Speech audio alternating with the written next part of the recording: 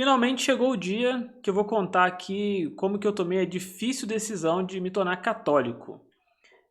Como vocês devem imaginar, como eu já falei aqui em outros vídeos, eu sou um ex-protestante, nascido em berço protestante e que depois de 36 anos de vida decidiu se tornar católico. E nesse vídeo aqui a gente vai falar um pouco sobre os motivos, vou explicar aqui como tudo isso aconteceu. Um processo que foi longo, tá? Não foi um processo do dia para a noite. Um dia eu acordei falando, hoje eu tô com vontade de virar católico.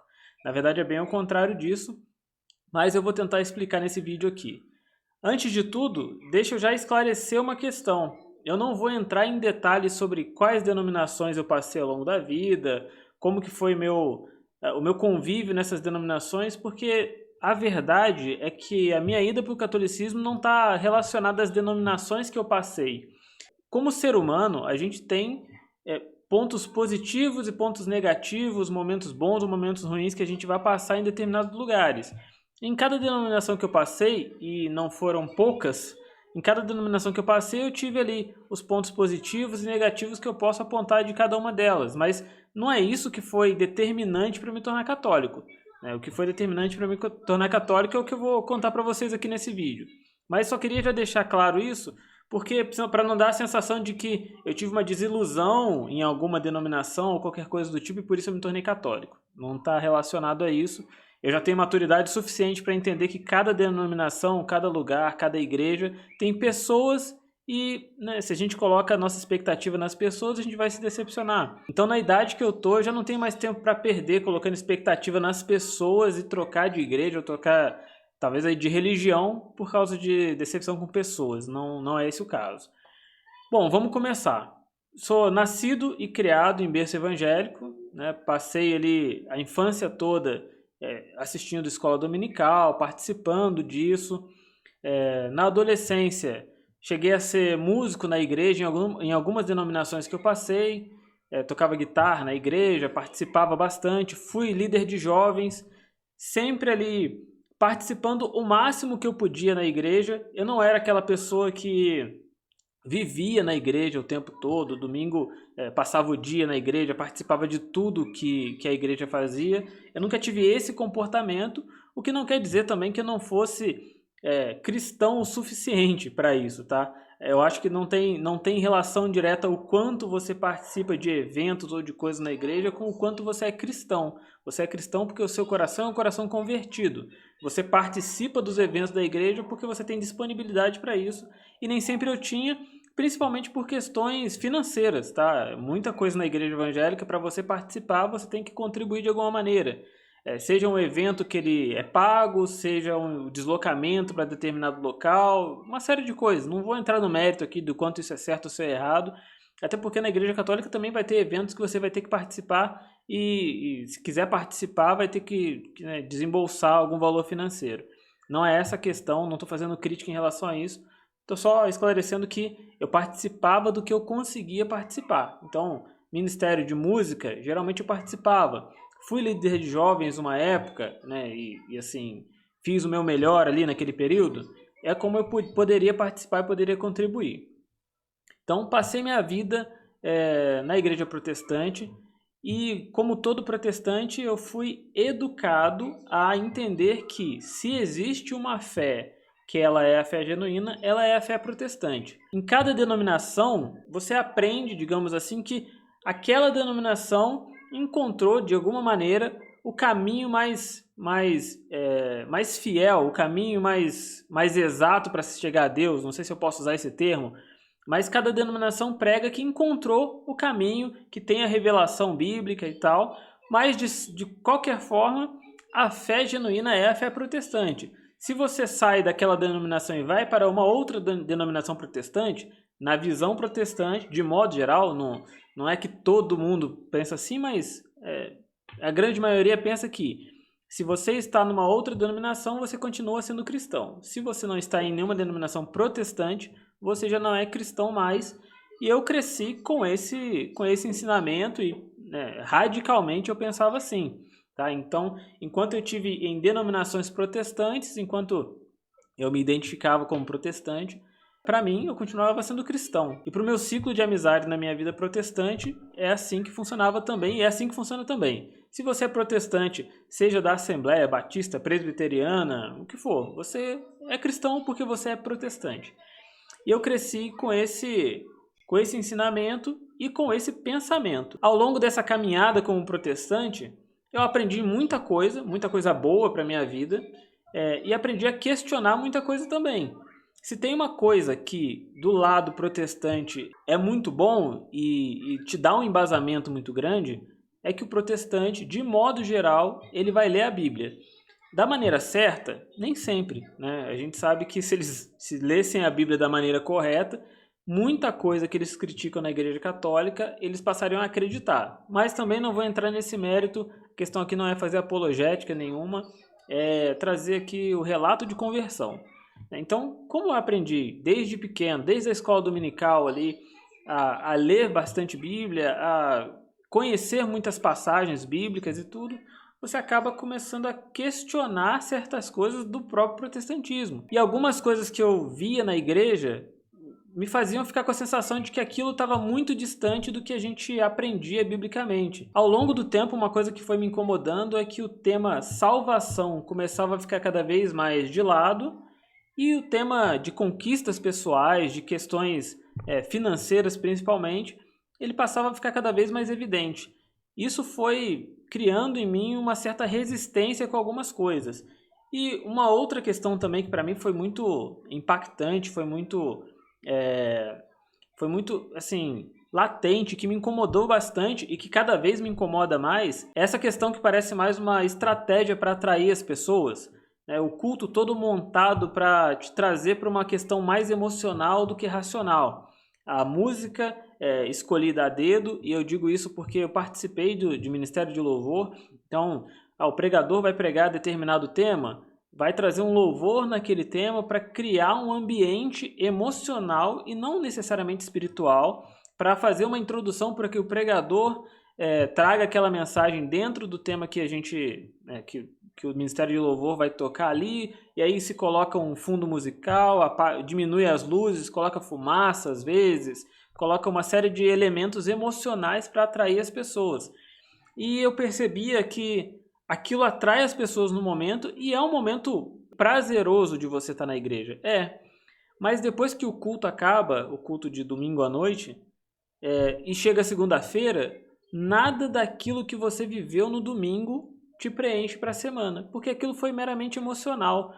Não traz, e não tem trazido, e cada vez eu tenho visto mais isso, não tem trazido uma conversão genuína. Você não está mudando a sua vida, abrindo mão do seu eu depois do culto de domingo, porque você viveu um momento emocional. Porque aquele momento emocional e aquele culto e toda aquela experiência é voltada para enaltecer a você mesmo e não a Cristo. É uma crítica que eu não vou colocar denominação nenhuma aqui nesse relato, mas é o que a gente tem vivido, que a gente tem visto cada vez mais. Cada vez mais a pregação sendo direcionada a enaltecer as pessoas, a fazer com que elas se coloquem no centro das coisas, e o culto é montado para você sair dali se sentindo cada vez mais poderoso, cada vez melhor, cada vez mais abençoado, sendo que a maior bênção que a gente tem é a nossa salvação. Quando não existe uma pregação que confronta o seu eu, que confronta suas práticas, que confronta o seu pecado, aquilo ali passa a ser um afago no seu ego. E é o que acontece. A música é escolhida para o público da maneira que o público goste. A igreja tem bastante jovem, vamos colocar uma bateria, um contrabaixo, um DJ, não sei, qualquer coisa do tipo, para as pessoas se sentirem bem. Na cidade aqui tem muito skatista, vamos colocar uma pista de skate dentro da igreja. Eu não sei, qualquer estratégia para atrair pessoas. E isso me incomoda. Não é que eu não acho que se a pessoa é cristã, ela não pode gostar de uma música de determinado estilo, ou gostar de um esporte, ou gostar de skate. Nada disso. Eu gosto de futebol, por exemplo, e eu acho que é totalmente saudável. O que eu acho é que existem momentos em que certas coisas a gente não pode abrir mão. O momento do culto não se abre mão, o momento da missa, por exemplo, como é na Igreja Católica, não se abre mão sacralidade da liturgia e da centralidade do culto ali, que é um culto prestado a Deus, para atrair pessoas, porque as pessoas se sentem melhor se você disser determinadas coisas na mensagem. Isso começou a me incomodar muito, a ponto de eu me afastar. E comecei gradativamente a me afastar, comecei a não ter muito mais vontade de ir na igreja, até que eu parei de ir completamente ali, talvez há uns 5 anos atrás eu parei de frequentar a igreja. Mas, dentro de mim, se alguém me perguntasse, se você é o quê? Eu sou evangélico, sou protestante e tal. Mas comecei também a procurar conteúdos ali, porque assim, se você de fato ama a Deus, você não quer ficar longe dele. Então, se na igreja protestante não estava dando certo, e eu achava que a mensagem que era pregada, o que era vivido durante ali aquele culto de domingo, ele não refletia necessariamente o que a gente lê na Bíblia, ele não refletia necessariamente Cristo como centro e a salvação como a sua maior bênção, como a maior dádiva que você tem. Então eu comecei nessa vontade de querer ficar mais perto de Deus, eu comecei a procurar conteúdos que eventualmente pudessem me preencher. E foi aí que eu comecei a me perder, na verdade. Eu comecei a assistir algumas coisas de alguns rabinos, eu comecei a assistir algumas coisas de alguns sheiks, de alguns filósofos e tudo. E comecei, na verdade, na ânsia de tentar me aproximar de Deus, eu comecei a perder um pouco de fé, na verdade. Até que chegou no momento que eu queria muito entender, eu queria muito entender como me aproximar de Jesus, mas eu comecei a perder um pouco a fé no próprio Jesus por conta das coisas que eu ouvia. Então eu me lembro que chegou um ponto que eu não conseguia mais orar e falar em nome de Jesus, por exemplo, porque por não entender certas coisas e por estar cada vez mais longe daquilo que eu via ali na Bíblia, daquilo que eu queria entender, por não entender isso, eu comecei a pensar o seguinte, e também, né, por acompanhar determinados rabinos e tal, eu comecei a pensar o seguinte, cara, eu não entendo, se eu não consigo entender que Jesus é filho de Deus, eu vou começar a falar só com Deus Pai para ficar um pouco, né, para que eu não ore com aquela dúvida no coração. Se eu consigo ser sincero orando só para Deus, eu vou falar só com Deus, não vou falar em nome de Jesus, não vou acreditar, não é que não vou acreditar, mas eu não vou deixar, assim, eu não quero ser hipócrita, eu não vou falar em nome de Jesus se eu não estou conseguindo entender e não estou conseguindo acreditar nesse momento. Comecei a me perder um pouco nisso. E aí as coisas foram acontecendo e tudo. E assim, mas de qualquer forma não abria a mão de falar que eu era protestante, né? Para mim, eu continuava protestante mesmo não entendendo essa parte, mesmo estando incomodado ali por não conseguir me aproximar mais da verdade, não conseguir entender plenamente o que eu queria entender sobre Jesus, sobre ele ser filho de Deus, sobre a salvação, sobre isso. Mas tudo mudou quando eu tive uma conversa com uma pessoa, e faço questão de falar o nome dessa pessoa aqui, é o meu amigo Emerson Matoso. O Emerson trabalha comigo, a gente nunca se viu pessoalmente, eu trabalho remoto, então eu moro aqui em Minas Gerais, ele mora no Recife. E numa conversa ali, informal no trabalho, eu me lembro que estava só eu e ele, e a gente estava conversando sobre alguns temas, e assim, tem uma frase que eu sempre repeti ela, né, assim, no meu convívio aí com os meus colegas de trabalho, assim, eu sempre falo, cara, eu sou um cara religioso, né? Sempre tive esse ponto, tive essa visão de mim mesmo. Eu sempre fui uma pessoa que, se comparada às outras que não tem nenhum envolvimento com religião, ou se tem, é muito superficial, eu sempre disse que eu era uma pessoa religiosa, né? Talvez no sentido mais popular do que se diz em relação a ser religioso. E aí ele falou assim, cara, mas você é de qual religião? Eu falei, sou protestante. E aí ele me respondeu o seguinte, você já começou errado. Eu falei assim, cara, já começou errado, mas por que eu já comecei errado? Eu não perguntei isso pra ele diretamente, mas eu fiquei pensando isso, cara, por que eu já comecei errado? Aí perguntei pra ele, cara, e qual é a sua religião? Eu sou católico, eu não sou um praticante nem nada, mas eu tenho um filho que estuda muito sobre a igreja católica e tal, e beleza, e foi... E seguiu assim o dia ali e eu fiquei com isso na cabeça. Cara, por que que eu já comecei errado? Daí eu comecei a tentar pesquisar algumas coisas sobre a Igreja Católica e tal. Não no sentido de refutar o Emerson, nem nada do tipo, tá? Eu não sou muito desse tipo de pessoa que acha que, eu tenho que refutar alguém. Eu não tenho que refutar ninguém. Eu tenho que ter compromisso com a verdade. E foi isso que eu procurei, tentar ter compromisso com a verdade. E aí eu comecei a estudar, fiquei pensando no seguinte, cara, eu tenho uma questão que eu esqueci até de falar. Quando eu comecei a me afastar da igreja, né, eu tinha vontade de ir, eu tinha dificuldade de estar lá e de acreditar em certas coisas, mas o meu coração queria que eu estivesse, que eu procurasse um caminho. Eu lembro que eu conversava com a minha esposa e ficava assim, cara, eu tô doido pra ir na igreja, mas eu não vou conseguir ir numa igreja qualquer, uma igreja pentecostal, uma igreja que promete determinadas coisas que a gente sabe que ela não vai cumprir, que não são verdade. E o último caminho, e talvez assim, a igreja que eu nunca frequentei, eu nunca fui em um culto dessa igreja, que é a igreja presbiteriana. Aí eu falava com a minha esposa, assim, doido pra ir na igreja, mas na igreja presbiteriana eu não vou conseguir ir lá. Porque tem coisas que eles acreditam que eu não acredito, né? Assim, basicamente isso. Tem coisas do calvinismo que eu acho que elas são muito difíceis de se compreender, difíceis de acreditar e difícil de pensar num Deus justo em certas coisas do calvinismo. Mas tema para talvez aí uma outra conversa. E aí, né, acabei não indo em igreja nenhuma e tal, e fui estudar. Vamos estudar ali um pouco sobre catolicismo, procurar o que o católico entende sobre Jesus, o que o católico entende sobre Trindade, como é que o católico enxerga determinadas coisas e tal. E fui estudando e fui entendendo assim que o catolicismo não era nada do que eu pensava, porque a visão que se tem de igreja católica quando você é protestante é que ali é o último lugar do mundo para você pisar, sendo cristão, tá? Porque outras religiões, outras questões a gente nem coloca em pauta. Qualquer denominação protestante ou nada, né? E para alguns nem qualquer denominação protestante. No meu caso, por exemplo, tem denominação neopentecostal aí que passei na infância, minha mãe foi de algumas denominações neopentecostais e que eu jamais voltaria. Mas é isso, aí fui ali pesquisando e tal, e pesquisando mais sobre a Igreja Católica, pesquisando mais e começando a entender que não era necessariamente o que eu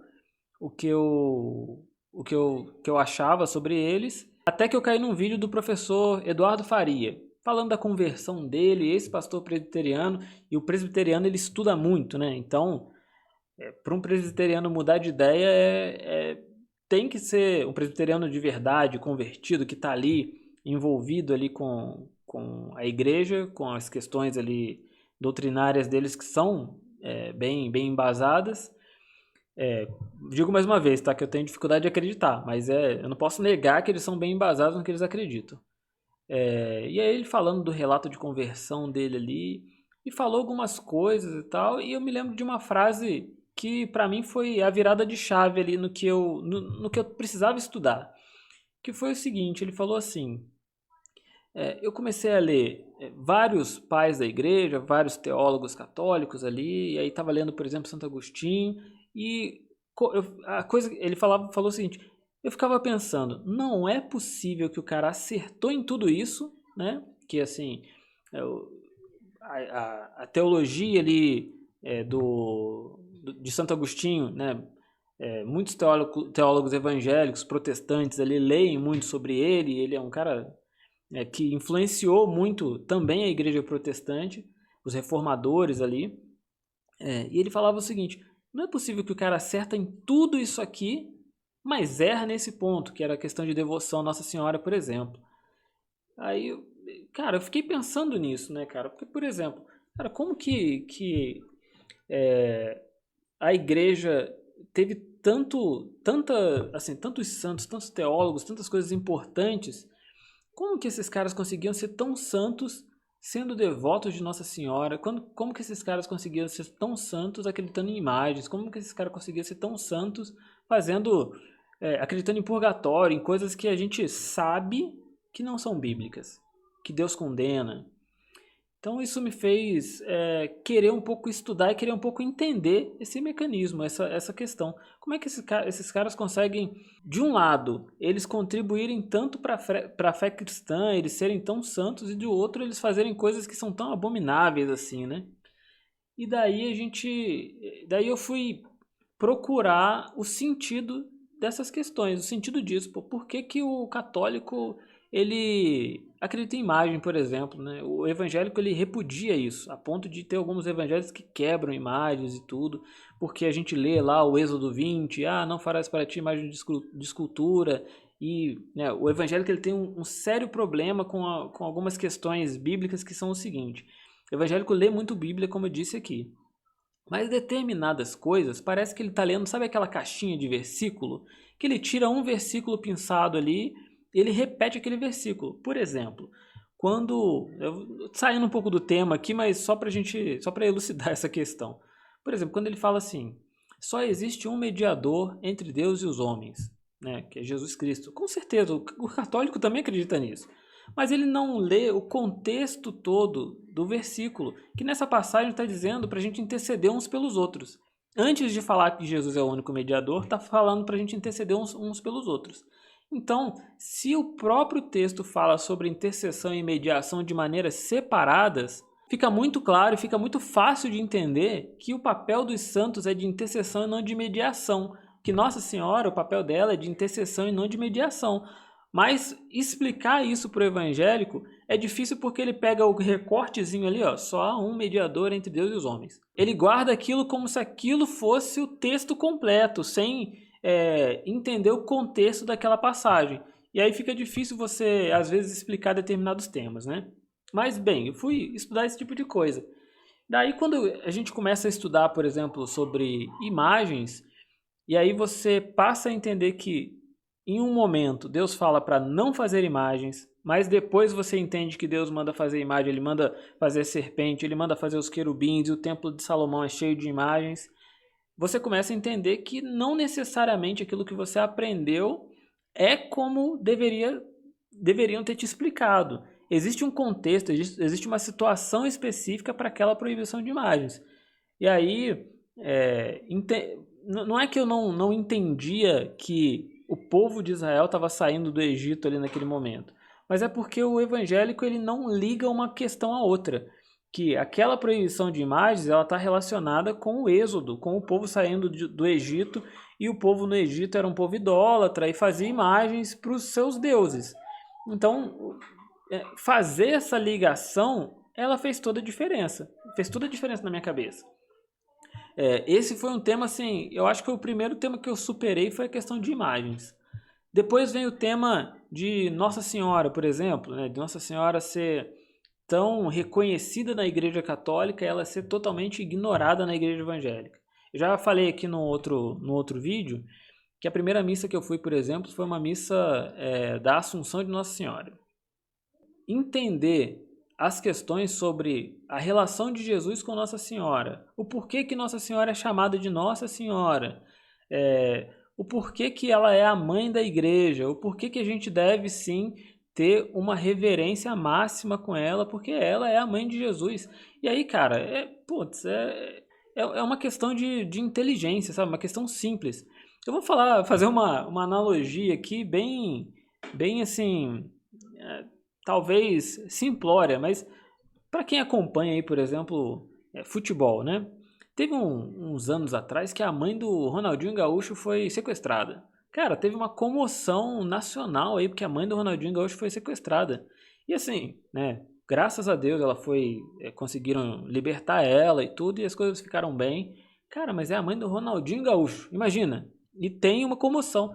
A gente está falando da mãe de Jesus, a mãe do Salvador, a mãe de Deus. E ela é totalmente ignorada na igreja evangélica. Se fala pouquíssimo dela. E se eu falar que ela é ignorada, vai ter gente que fala, não, ela não é ignorada. Ela é tratada como se fosse um ser humano que teve uma missão como é a minha, como é a sua, e isso não é verdade. Isso chega a ser absurdo a gente falar que Nossa Senhora era igual a mim e a você. É a única pessoa do mundo que carregou Deus dentro dela. Então, essa é uma questão que tem que ser levada em conta, essa é uma questão que tem que ser bem observada, e na igreja evangélica não é. E eu não demorei também, graças a Deus, a entender isso. A entender que, assim, bom, a visão que eu tinha sobre Nossa Senhora está totalmente errada. Inclusive, a resistência que eu tinha no começo de usar essa expressão, né? Nossa Senhora. Assim, hoje em dia eu falo com toda tranquilidade porque entendi qual que é a função de Nossa Senhora, qual que foi a missão de Maria ali carregando Jesus e por que que ela tem todos os atributos que tem e por que que ela tem a reverência que tem. Mas eu comecei a entender as coisas de um jeito diferente. E daí a minha cabeça ela foi abrindo em relação a isso. Eu fui entendendo assim, cara, não é que que assim, a Igreja Católica ela não é o que eu achava que era. Então, eu comecei a pelo menos ter ali talvez, uma certa simpatia com a Igreja Católica. Esse foi talvez o ponto inicial. Mas quando que vem a virada de chave, né? O vídeo já está ficando extenso e não é muito a minha intenção. A virada de chave para mim vem quando eu comecei a entender que a lógica ela me faz ser católico. A lógica não me faz ser protestante. Por que que a lógica me faz ser católico? Primeiro, que assim, do lado protestante, a gente vê divisões, divisões e divisões e divisões, né? Tem gente que vai falar assim, nossa, tem 40 mil denominações protestantes. Eu não vou usar esse número porque eu não tenho como comprovar ele. Mas eu te faço um desafio. Na sua cidade, se não tiver pelo menos 10 denominações diferentes, eu troco meu nome. Né? Mas não tô falando de assim. Se tiver pelo menos 50 mil habitantes na sua cidade, não tiver 10 denominações, cara, é absurdo. E 10 denominações já é bastante coisa. Por que já é bastante coisa? Porque quando você vai, por exemplo, na igreja presbiteriana e compara ela com a igreja universal, por exemplo, você está falando praticamente de duas religiões diferentes. São, assim, desde as questões morais, quanto questões doutrinárias, quanto tudo, tudo. É tudo muito diferente. Então isso me fez achar que esse caminho, ele tem alguma coisa errada. Porque assim, se Jesus fala que é necessário que todos sejam um, para que o mundo creia que foi o Pai que me enviou, como que eu posso ter 10 igrejas que pensam diferente? Isso já me chamou a atenção. Uma outra questão a igreja ela tem ali aquela denominação ali é porque é uma revelação do Espírito Santo, o Espírito Santo que revela ali a palavra para, né, ali para não para os pastores necessariamente. Aqui eu estou querendo mais colocar na questão assim de como aquela igreja foi fundada, né? Quando aquela igreja foi fundada é uma revelação que Deus tem e Deus revela ali como aquela denominação deve seguir e ela se estrutura baseada nessas revelações e nesse entendimento bíblico, né? Que é o Espírito Santo que revela a interpretação correta bíblica para aquele grupo ali. Cara, isso para mim começou a ser muito estranho quando de um lado você tem uma denominação que pensa de um jeito, do outro lado você tem uma denominação que pensa totalmente diferente e as duas têm a revelação do Espírito Santo para aquilo que elas estão pregando. Isso, assim, começou a não fazer sentido nenhum, né? Alguém tem que estar mentindo. Alguém tem que estar mentindo, porque assim, como é que existem hoje denominações protestantes que não acreditam em dízimo, por exemplo? Mas tem igrejas protestantes que acham que se você não dá o dízimo, você está roubando a Deus. Roubar, ele é um pecado mortal, né? Como é que eu posso, de um lado, ter um pecado mortal? Assim, ter alguma coisa que não é considerado pecado mortal, do outro eu não tenho essa mesma coisa, ela não é pecado mortal, ou ela é pecado mortal. Isso foi ficando muito confuso para mim. Outras questões são a interpretação ali, né, nos evangelhos de quando Jesus fala para Pedro, olha, tu és pedra e sobre esta pedra edificarei a minha igreja. Lendo o texto e relendo e relendo e relendo, estudando, não tem como a gente falar, dar uma interpretação diferente da interpretação de que Jesus naquele momento estava fundando a sua igreja. Não tem como a gente pensar diferente disso. Porque depois Jesus fala para Pedro assim, apacenta as minhas ovelhas. E esse apacenta as minhas ovelhas é da igreja que ele estava fundando, é da igreja que ele estava iniciando. E o protestante vai falar, Jesus não fundou nenhuma igreja, Jesus não fundou nenhuma denominação. Jesus fundou uma igreja. Né? Assim, A frase é bem clara: sobre esta pedra edificarei a minha igreja. Eu sei que vai ter protestante aqui que vai falar, mas ele não falou isso. Cara, lê o texto. Lê o texto sem deixar a sua bagagem protestante te influenciar. Lê o texto, cara. O texto ele não dá muita abertura para a gente ter outras interpretações. Jesus fundou uma igreja. E bom, se Cristo fundou uma igreja, essa igreja é a igreja que eu queria seguir. É a igreja que eu quero saber aonde ela está. Na igreja evangélica a gente aprende, por exemplo, que a igreja se perdeu ali nos primeiros séculos. Uma expressão, né, muito usada numa denominação que eu passei era, não, a igreja primitiva. Cara, a igreja primitiva, se a gente for ligar os pontos ali, Jesus fundou uma igreja, Pedro apacentou essa igreja, Pedro fez discípulos, a igreja foi desenvolvendo, a gente foi tendo sucessões apostólicas. E bom, se a gente fizer o mapeamento aí, olhando a linha histórica dos fatos, é a Igreja Católica. Eu comecei a entender isso. Eu comecei a entender que não tinha como fugir muito disso. Não tem como fugir de que essa igreja, que é a Igreja Católica que vem preservando essa sucessão até hoje, é a igreja que Cristo fundou. E daí eu comecei a não ter mais como fugir dessa realidade. E comecei a procurar, entender, cara, como é que eu faço para ir numa igreja católica, como é que eu faço para saber, né, assim, cara, será que é isso mesmo e tal? E fui na minha primeira missa, como tem um outro vídeo aí explicando. E daí, eu acho que a parte mais importante desse meu testemunho, eu sei que ele tá ficando longo aqui, e assim, eu tô tentando ligar os fatos, eu não fiz nenhum roteiro, tá? Depois eu posso explicar melhor um tema ou outro aqui, se vocês quiserem. Mas uma questão que para mim, a questão chave, é que desde a primeira missa que eu fui, que eu vi que a missa é cristocêntrica, e eu vi que de fato, o que eu estava vendo nos cultos evangélicos e o que eu vi nessa primeira missa que eu fui era muito diferente, que eu decidi, cara, pelo menos eu vou começar a frequentar aqui. Desde a primeira missa, uma questão que voltou é a fé em Jesus, né? Eu passei a, de novo, enxergar Jesus como centro e passei de novo a acreditar que Jesus é o Filho de Deus e que ele morreu por nós e que a salvação está em Jesus, né? Eu comecei a acreditar nisso de novo. A igreja evangélica, como eu disse, isso estava se perdendo porque cada vez mais o culto ele é voltado para me agradar e não para agradar a Deus. Então, quando eu fui na igreja católica, comecei a ver isso, comecei a ver o quanto Jesus é o centro da missa, o quanto Jesus é o centro da vida do católico, isso me fez voltar a ter fé, né? E aí, isso me fez cada vez mais me aproximar de Jesus de novo, me aproximar de querer ter Jesus como Senhor da minha vida. Então, isso foi para mim assim o ponto mais importante dessa caminhada aí de conversão para a Igreja Católica. Assim, são muitos temas, é difícil a gente explicar num vídeo só, né? Muita coisa aconteceu, são 36 anos de vida, eu não sou, né, nem tão velho, nem tão jovem assim.